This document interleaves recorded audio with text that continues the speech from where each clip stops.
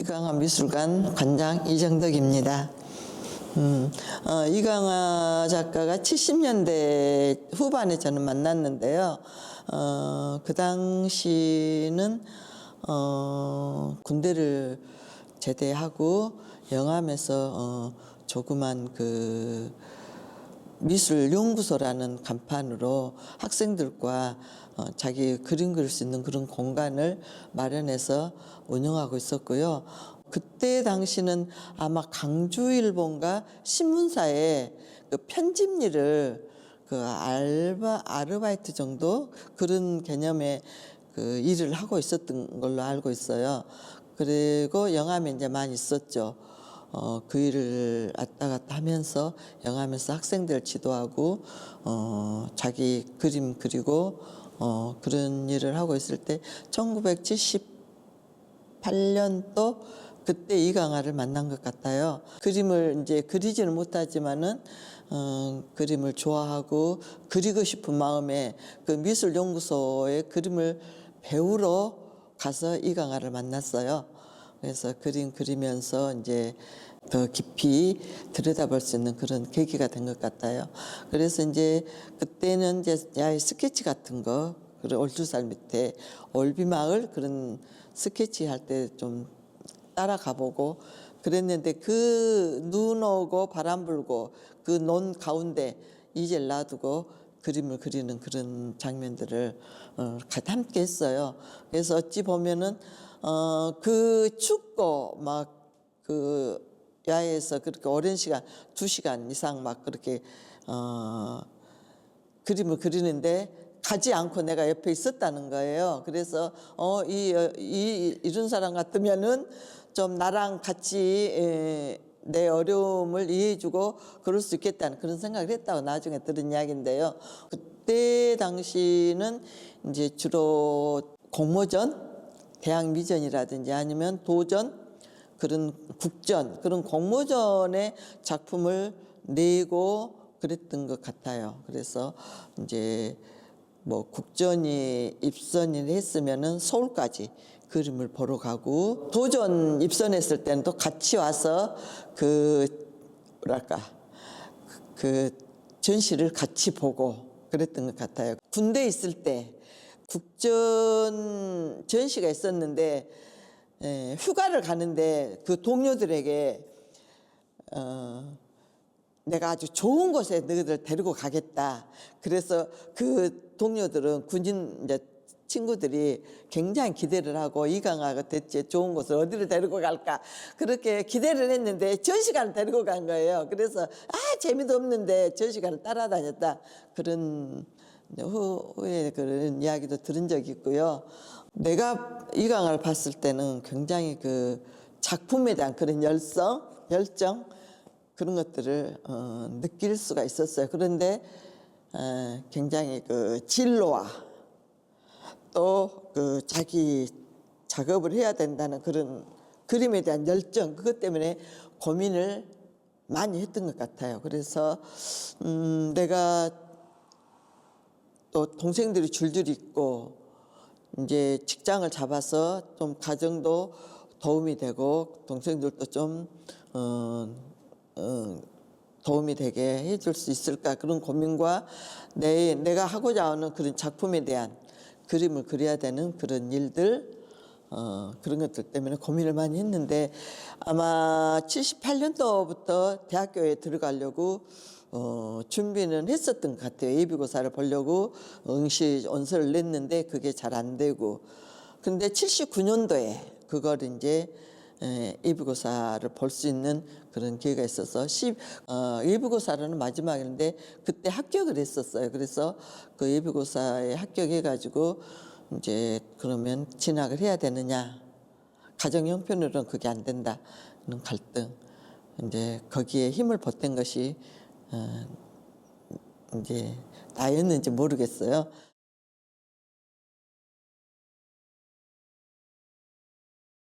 80년 3월에 조대에 입학을 하고 이제 그때 당시 이제 나도 갈등을 많이 겪었는데요.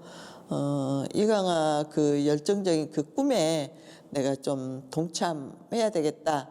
저 사람 뭔가 내가 좀 그 꿈을 펼치는데 도움이 됐으면 좋겠다 이런 마음들이 있었어요. 그래서 80년 3월에 입학을 하고 그때 입학하고 나서 영암에서 계속 강주로 통학을 하면서 이제 그 신문사 일도 한 번씩 보면서 영암에 와서 또 오후에는 그 아이들 지도도 하고 그렇게 병행을 했었던 것 같아요. 그러다가 5월 달에 이제 5.18을 만나죠. 그래서 5.18 때 이제 영암에서 시민군을 모아가지고 강주를 구하자 이런 키치 아래 현수 막 걸고 후배, 선배, 지인들 그래서 그 사람들을 함께 버스에 이제 강주로 들어오는 그런 과정을 겪으면서 5.18에 연루가 됐고요. 5.18로 인해서 이제 영암에 이제 유치장에 들어가 있었고 거기서 강주 계엄분소로 이송을 해가지고 계엄분소에서 아마 한 달 정도 이제 그 지옥 같은 생활을 겪으면서 이제 그때 8월인가 그때 이제 거기서 훈방이 되죠. 훈방이 된다고 연락이 와서 이제 가족들이랑 내가 이제 그 상무대 그리 간다고 기다렸는데 그 사람들 훈방하는 사람들이 버스를 타고 도청 앞에 내린다는 이제 소식을 듣고 도청 앞에서 만나서 이강아를 만나죠. 근데 한 달 동안 한 달 이상을 그 뭐랄까 그 지옥 같은 생활을 겪어서 그런지 얼굴도 하얄 뿐만 아니라 사람이 넋이 나간 그런 형태더라고요. 그래서 이제 가족들이랑 같이 영암에 같이 내려가서 이제 집에 들어간 거 보고 나는 이제 집으로 왔는데 그날 형사들이 또 잡으러 왔다는 말을 듣고 이제 이강아는 나는 이제 들어가면은 죽는다 이런 두려움에 이제 그때부터는 그 좀 뭐랄까 그걸 피하기 위해서 좀 숨어 지내는 그런 과정을 겪어요.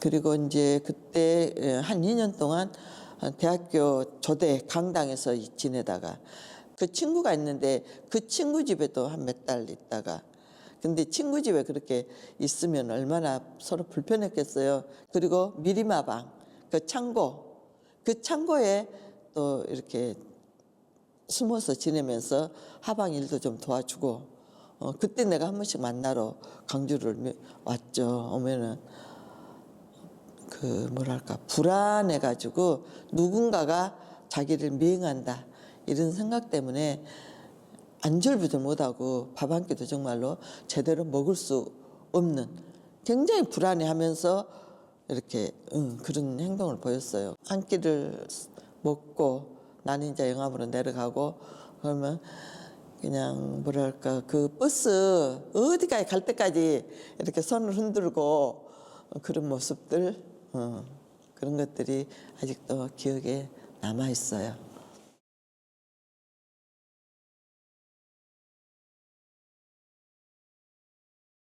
이제 그 70년대 그 후반 내가 만났을 때 그때 당시 이강아 작품들은 그 영상강 위주로 많이 작품을 했었어요.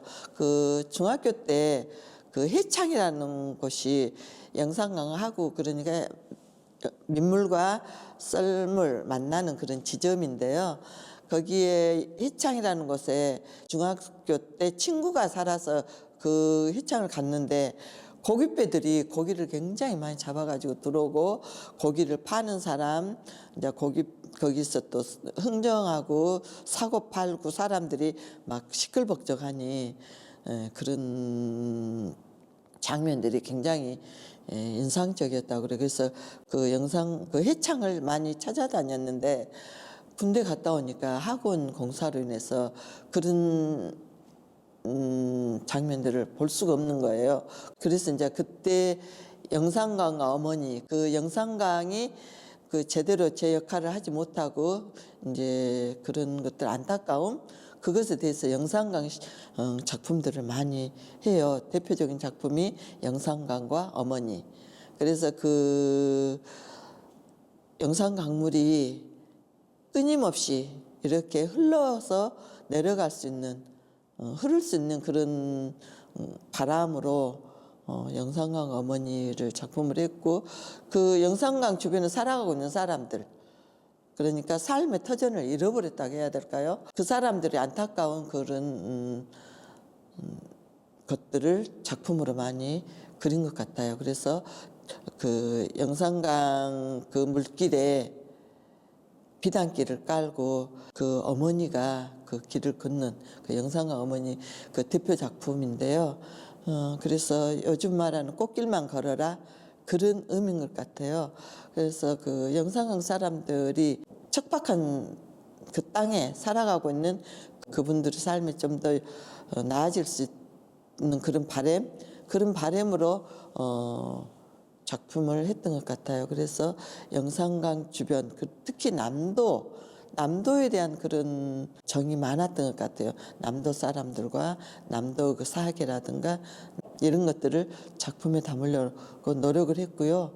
그 당시는 굉장히 작가들에게 공모전에 입선 그 수상 이력이 작가를 말해주는 그런 시대였던 것 같아요. 그래서 공모전 작품을 많이 대작으로 했고요. 이제 80년대 이제 그 5.18 겪고 나서 80년대 제가 이제 강주에 작업실을 마련을 하게 했어요. 그 조대유고 후문 앞에 영광수포네요. 1층이 영광수포 2층에 작업실을 이제 하나를 마련을 해가지고 이제 거기에 들어와서 본격적인 80년대 작품이 시작이 됩니다.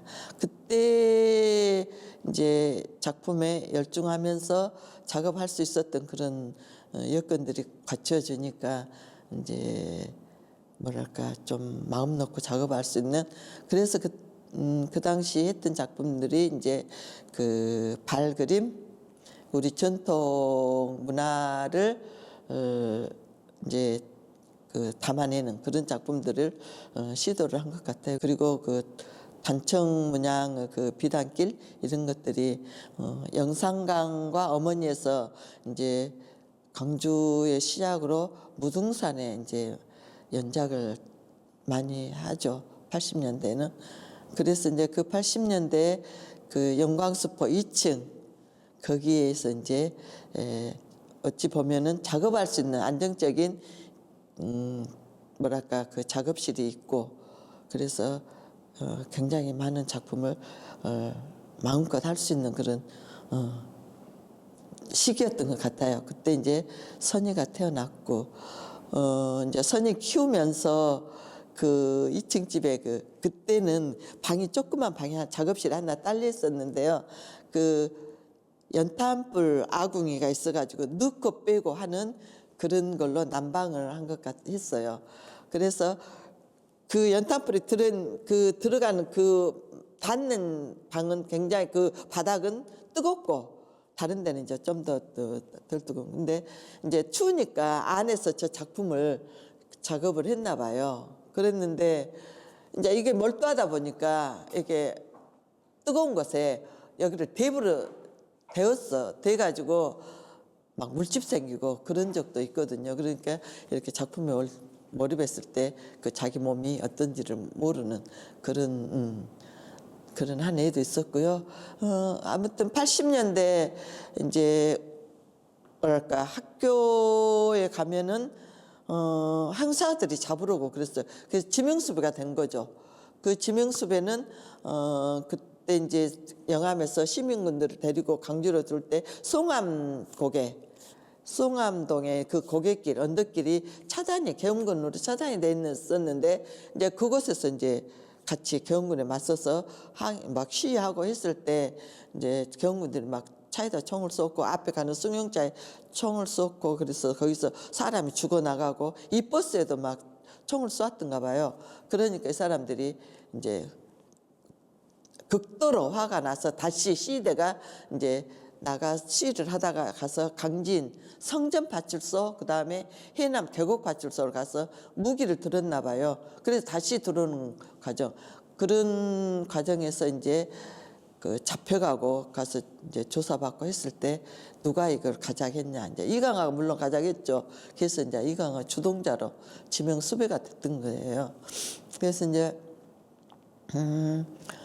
그 학교에서 형사들이 잡으러 오면은 유리창 밖으로 좀 도망가고 이제 그때는 잡혀가면은 나는 죽는다 이런 그런 마음이었던 것 같아요. 그래서 학교를 못 나가고 이제 숨어 지내면서 작업했던 그런 과정들이 아마 저 발그림 그리고 그때 80년대 이제 저런 작품들을 하면서 프랑스 르사롱전에 이제 공모를 하고 그때 2번 걸쳐서 이제 은상을 받는 그런 일이 있었는데요. 그 당시 이제 그게 신문에도 보도가 됐었어요. 교수님은 떨어졌는데 같이 낸 교수님은 떨어졌는데 학생 이강화는 은상을 받고 그래서 그런 일이 있었고요. 아무튼 이제 80년대는 굉장히 작품에 열중하면서 이제 그 무등산 연작 시리즈를 많이 할 수 있었던 그런 시기였던 것 같습니다. 85년 강주 남도예술회관에서 1회 개인전을 했었고요. 그때 당시 큰 작품들과 그 많은 작품들을 가지고 전시했을 때 굉장히 많은 사람들이 좋은 평가를 받았고요. 이제 그 후부터 89년에 서울에서 서울 갤러리 그 1층 전시장을 전체를 아주 대작으로 꽉 채우는 그런 큰 전시를 했었는데 그때 당시 이제 좀 너 지역 강주가 그렇게 있지 말고 좀 서울로 올라와라 주변에 그런 이제 그 이야기들이 있었는데요. 이강화 작가는 내가 있는 광주가 서울이다 하면서 지역에 대한 그런 뭐랄까 작품하는 데 있어서 지역은 그렇게 중요하지가 않다 이런 이야기를 했었고요. 그때 당시도 굉장히 지역 작가가 서울에서 그렇게 큰 전시장에서 여러 많은 대작과 그런 작품들로 전시하는 것이 참 많은 그 뭐랄까 사람들을 놀라게 했고 좋은 평가를 받는 그런 전시가 됐고 89년도부터는 어느 정도 그 작가 기반에 들어섰다고 할 정도로 주변에서도 많은 사람들이 이제 이강화 하는 어찌 보면은 그때 가장 주변의 평가와 이런 것들로 인해서 작가의 기반에 올랐다고 자신할 만큼 자랑할 만큼 그런 시기였다고 봐요. 그리고 88년도부터 이강화 작가에서는 전성기가 아니었는가. 작품도 열정적으로 했지만은 그런 주변의 평가와 그런 사회적인 모든 그런 대우를 받을 수 있었던 그런 시기였던 것 같아요. 그때 대학원 논문이 단청에 관한 논문을 썼는데 이강화 작가는 그 단청 무늬를 우리 고유의 우리 뭐 해화 고유 우리의 조상들이 그 색채를 그렇게 표현할 수 있는 그런 전통 문양을 굉장히 자기 작업에 많이 사용을 했었는데 그런 작품들이 지금까지 두고 보면은 굉장히 우리 고전 우리 조상들이 그 뭐랄까 숨결이 담겨 있다고 해야 할까요? 그래서 우리 것을 사랑하고 자기 작품에 이렇게 표현하려고 했던 그런 것들이 굉장히 높은 평가를 받았던 것 같아요. 그래서 지금도 보면은 그런 작품들이 제가 봤을 때도 좋은 것 같아요. 우리 것을 그렇게 잘 나타내려고 했던 그런 작가 이강화의 어찌 보면은 좀 주변에서도 그래요. 고집스럽다고 하는데 그런 고집들이 우리 문화를 이어나가는 그런 이강화 정신이 아닌가 그런 생각을 합니다.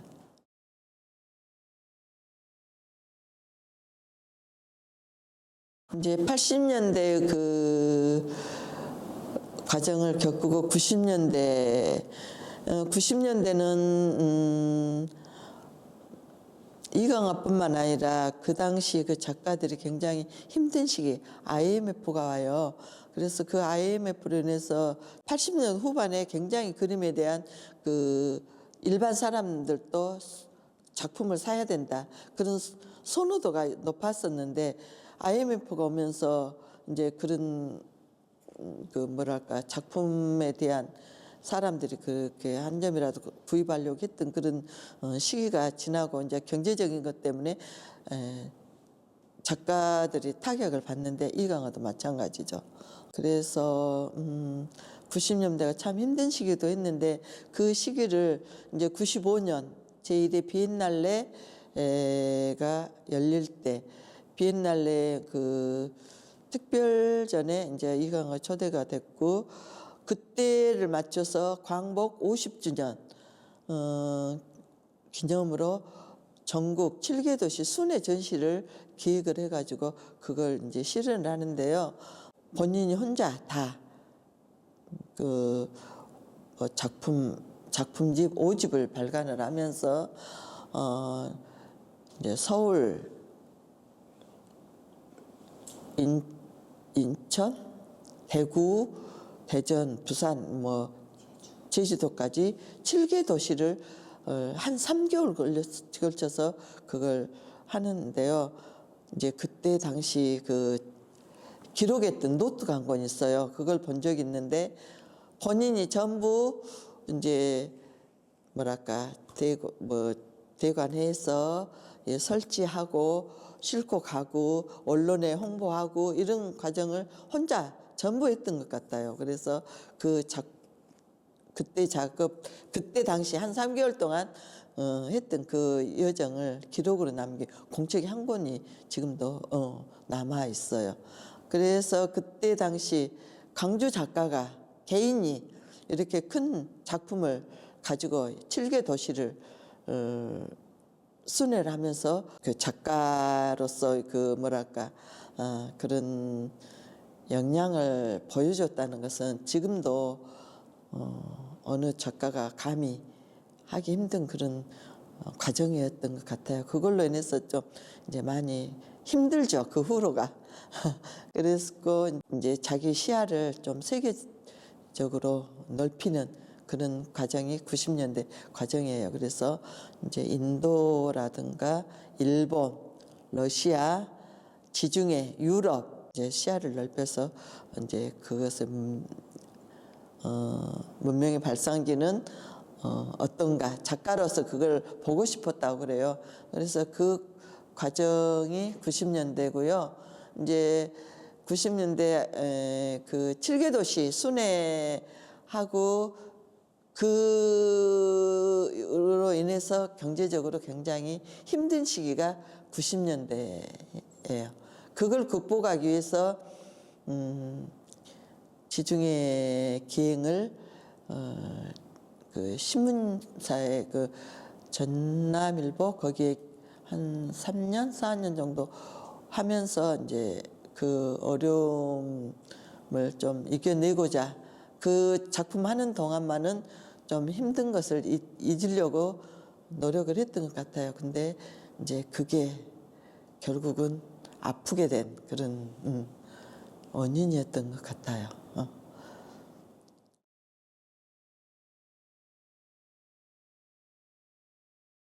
그 힘듦이 이제 지속되니까 강주의 작업실을 접고 2003년도에 그 지금 어린이 문화창조원 그 터인데요. 거기 용천빌딩 3층이 작업실이었는데 2003년도에 거기를 접고 이제 시골 폐교를 임대를 해가지고 그것으로 작업실을 옮겨요. 그러면서 거기서 한 5년 동안 작업 열심히 해서 한번 전시 한번 하겠다. 뭔가를 또 한번 보여주겠다. 그래서 그때가 이제 그 생활도 생활이지만 작품에 대한 변화가 뭔가 또 새로운 걸 시도하기 위해서 그 구상했던 그런 이제 미완성으로 지금 남아 있는데요. 그걸 이제 하려고 했던 시기인데 2003년도에 거기 옮겨서 그곳에서 이제 그것을 정리하고 하는 시간이 한 3개월 정도 걸린 과정에 이제 몸에 이상을 느꼈죠. 그래서 이제 직장암 판정을 받고 2003년 10월 달까지 거기 작업실을 마련을 하고 이제 작업하려고 캔버스 펼쳤는데 몸에 이상을 느낀 거예요. 그래서 그때 이제 직장암 판정을 받고 이제 병원 생활을 그때부터 시작한데 5년 동안 투병을 하게 된 거죠. 근데 이제 그 직장암이란 그 병이 애우가 안 좋았던 것 같아요. 항암을 하면은 이제 그 한 사이클을 지나면은 한 3개월이나 6개월 정도 쉬어줘야 몸이 회복을 하고 또 하는데 그게 계속 그 상태가 안 좋으니까 한 번도 한 달도 약을 쉬어본 적 없이 한 5년 동안 계속 항암 투여로 몸이 망가진 것 같아요. 그래서 그때부터 작업을 할 수가 없었죠. 그래서 이 작업들이 50세까지 작업이었다고 보면 돼요.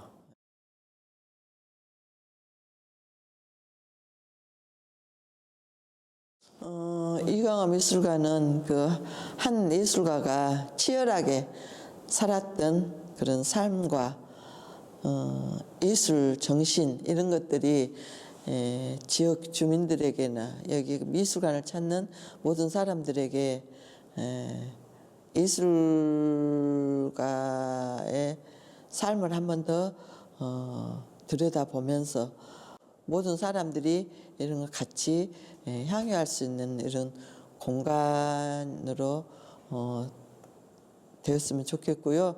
또 예술가가 한 생애를 살아가면서 어떤 삶을 살았는가 이런 작가 정신 그런 정신이 개인의 그 일상이 개인적이지 않고 모든 사람들에게 모든 작가들이 어떻게 삶을 살아야 되는가 작가 정신 이런 것들이 작가들에게 좀 전달됐으면 좋겠고요. 이강화 미술관은 양림동에 있지만은 또 우리 지역을 대표하는 미술관으로 또 우리 남도를 대표하는 미술관 또 우리나라를 대표하는 미술관 그렇게 앞으로 발전해 나갔으면 좋겠습니다.